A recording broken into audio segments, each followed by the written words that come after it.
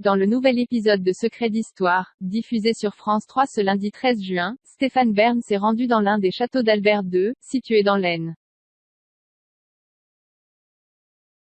Un lieu très secret, conservé à l'abri des caméras de télévision pour garantir la tranquillité du prince et de sa famille. Stéphane Bern a réservé une belle surprise aux fans de Secrets d'Histoire sur France 3 ce lundi 13 juin. Le présentateur a ouvert les portes d'un château secret appartenant à la famille du prince Albert II depuis des siècles. Il s'agit du château de Marsay, situé dans l'Aisne, la résidence la plus privée de la famille Grimaldi, d'après les explications du spécialiste. Aucune caméra de télévision n'a jamais filmé ce château, a affirmé le journaliste de 58 ans. C'est donc à la fois un immense privilège et une exclusivité que nous accorde la famille princière en permettant aux équipes de Secrets d'Histoire d'y pénétrer.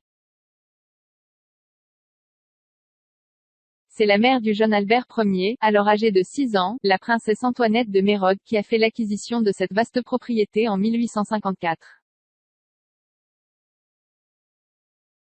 Issue de l'aristocratie belge, elle se rapproche ainsi de sa terre natale puisque nous sommes ici à seulement une soixantaine de kilomètres de la frontière avec la Belgique, a retracé Stéphane Bern. Pour l'arrière-arrière-grand-père du prince Albert II, ce château et son parc sont un enchantement. Il dira même que c'est ici qu'il a passé les jours les plus agréables de son enfance, a poursuivi le présentateur.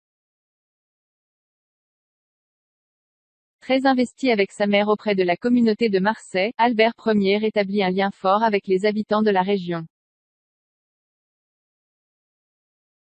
Une relation qui perdure d'ailleurs, a précisé l'auteur de nombreux ouvrages historiques. En effet, lorsque le prince Albert II se rend au château de Marsay avec sa femme Charlène et les jumeaux Jacques et Gabriella, il n'hésite pas à se mêler à la population du village, composé de 430 habitants, comme Jean Pestel, un résident local, avait affirmé auprès de La Voix du Nord en 2019. On le laisse tranquille mais il ne faut pas croire qu'il est renfermé. Il parle à tout le monde. Parfois il va au bar à Liesse. Un jour, il est tombé sur un homme en pleine conversation qui râlait après lui. Vous connaissez le prince, lui a-t-il demandé. Non, eh bien c'est moi, et ils ont bu un pot ensemble.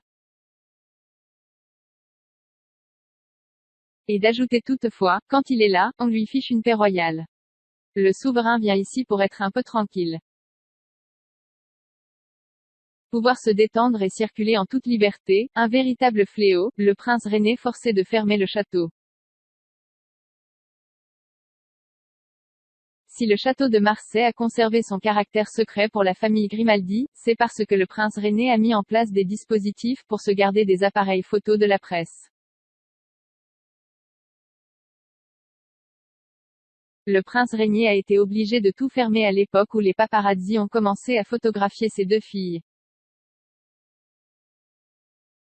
Ils étaient partout, perchés dans les arbres pour mieux prendre leurs photos. Un véritable fléau, a raconté Jacques Pestel. Auparavant pourtant, le domaine de 1500 hectares était ouvert aux villageois qui venaient jouer aux boules l'été, dans l'allée du château.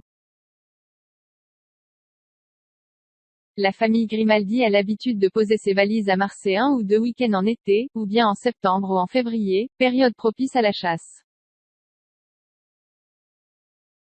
Le prince Albert n'est pas un vrai chasseur, a indiqué Jacques Pestel. Il aime trop la nature. Quand il a l'animal au bout de son fusil, il a du mal à tirer. En revanche, sa sœur, la princesse Caroline, est une mordue. C'est elle qui s'occupe des chiens de sang. Cela consiste à retrouver les animaux blessés pour ne pas les laisser souffrir.